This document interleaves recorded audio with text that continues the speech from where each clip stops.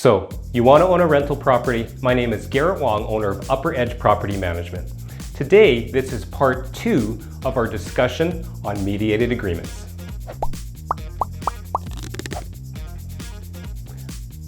Okay, slight recap.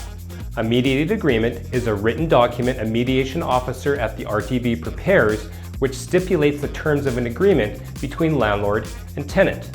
It's not public record for the tenant, which is a good thing for them. And for the landlord, if the tenant breaches the agreement, you're automatically awarded your order of possession and the tenant cannot appeal. Let me repeat that again. You're automatically awarded your eviction and the tenant cannot appeal. So let's review that timeline again. Your tenant's late on rent, and instead of giving an eviction notice, they sign a mediated agreement saying they're going to pay the rest of their rent within 2 weeks. They don't pay, and 2 days later you have an order of possession in hand. You can now go to the Court of King's Bench, hire your sheriff, and a week later they're out. So that's about 2 weeks versus 4 to 5 months. What would you choose? So let's go to the basics here. What exactly can you have in a mediated agreement? Well, pretty much any situation. Tenant late on rent and you want a payment arrangement? Mediated agreement. You and the tenant agree to break the lease and the tenant is to move out by a certain date? Mediated agreement. Tenant promises to get rid of a pet by a certain date? Mediated agreement. You get the idea. So, how exactly do you get the tenant to agree to this? Well, I paint them a picture of alternate scenarios.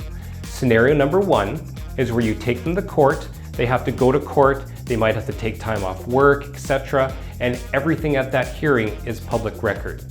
Or scenario number 2, the tenant calls RTB, proposes a payment plan, RTB calls you and you agree, and the entire thing is written up and stored in the RTB database. And then you'll tell the tenant that if you get a mediated agreement, you can't evict them as long as they are making their payments, and it isn't a matter of public record. We use this strategy in our company all the time, and it's very effective. So what happens if they breach the agreement? Well, let's consider the example where a tenant owes rent and has proposed a payment plan. A breach occurs when the tenant is late even by a day or short on the amount even by $1. You then fill out a breach of mediated agreement form found on the RTB website, pay your fee, and file a document at the branch.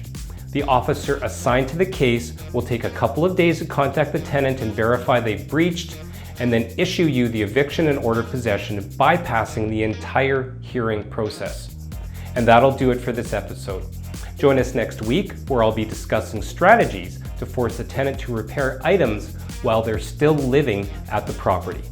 Thanks for watching.